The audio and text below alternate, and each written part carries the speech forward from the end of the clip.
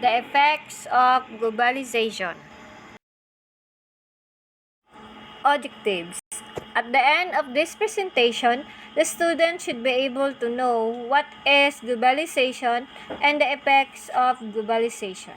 Differentiate the positive and negative effects of globalization. Become aware in the effects of globalization in economy, society, and culture of the country. Before I start to discuss the effects of globalization, first, we must know what is globalization. Globalization. It is the process of interaction and integration among people, companies, and government worldwide. It is also the spread of products, technology, information, jobs across national borders, and cultures.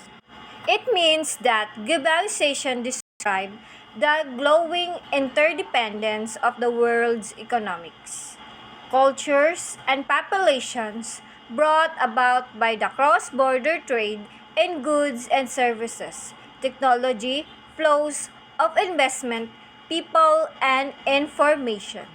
The other word for globalization is international dependence. Several dimensions of globalization are emphasizes on political approach, social approach, and economic approach. Political approach pertains to the coordination and cooperation between different governments. One of the example is national partnership, were primarily created to overcome such global problems as war, disease, hunger, and environmental pollution. Social approach deals with human interaction, as social media and the internet allow people to communicate without barriers.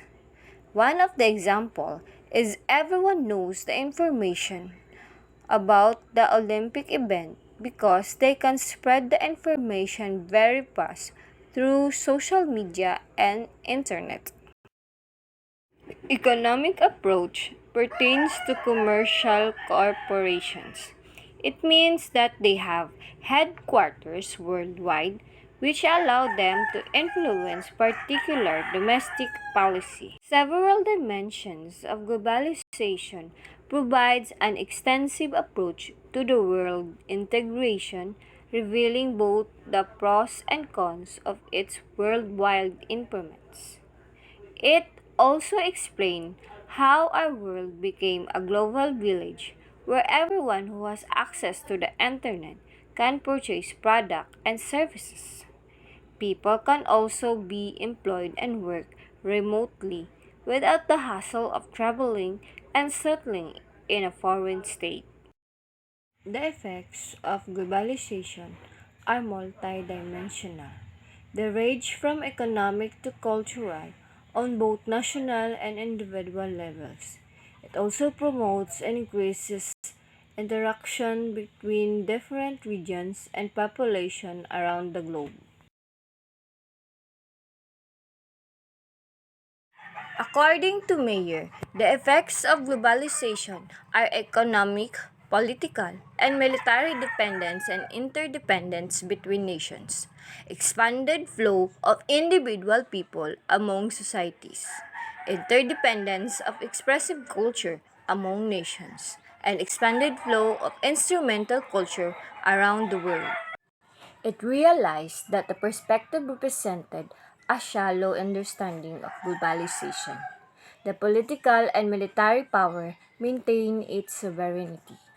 The nations strive to protect their investment and interests in one another. Expanded culture deals with how a particular culture expresses itself in its language, music, arts, and likes.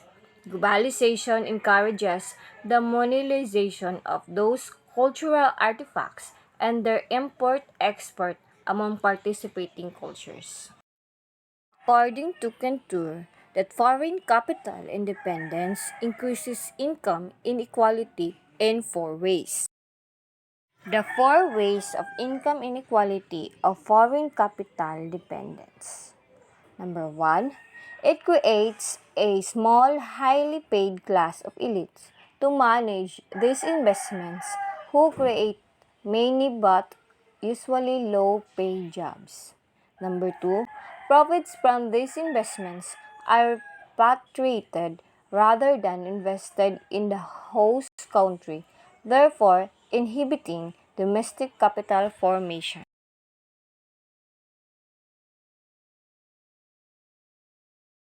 Number three, capital penetration tends to concentrate land ownership among the very rich.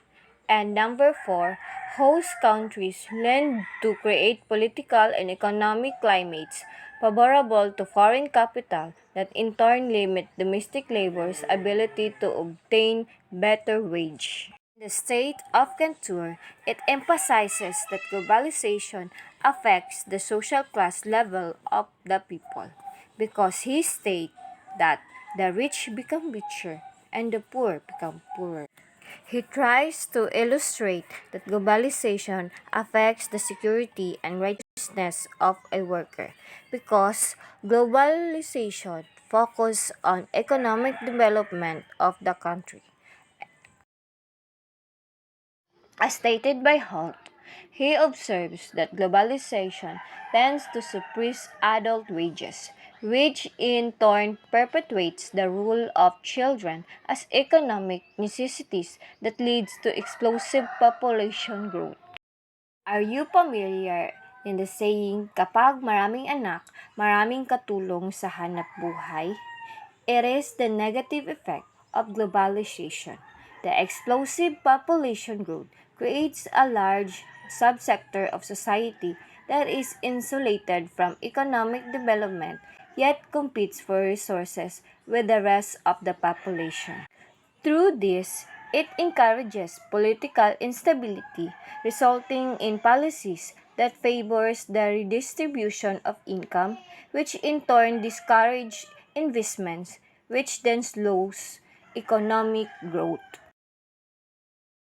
Negative effects of globalization are terrorism, job insecurity, price instability, currency fluctuation, displacement of workers, unemployment, increased lifestyle disease, abandonment of culture.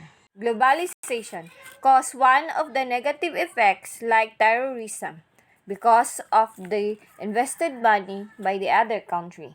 The other negative effects that caused by globalization is due for striving to earn for a living without noticing that they might destroy their own self, life, and their culture. Positive effects of globalization are positive effects of developing countries, poverty eradication, availability of employment, education, technology, and foreign investments. Globalization spread a new technology helping to make economies greener and more productive. It helped to reduce gender wage discrimination and giving new opportunities to women. Globalization has improved the quality of management in firms and working conditions for people. It also opened our eyes to various cultures, which has increased people's understanding of one another. It also made importing or bringing in goods and exporting or sending out goods increasingly cheaper, thus allowing for better economic growth. Global trends are trade openness, financial openness, and migration. Trade openness is reflected in declining transport costs and improved information and communication technology that supported the development of economic growth. Financial openness, it liberalized the foreign exchange and capital flows in the industry of exporting and importing goods. In migration, it explains to find better economic opportunities for themselves and their families for lack of opportunities in their country, and travels for the sake of leisure. Yet, tourism is a strong indicator of economic development.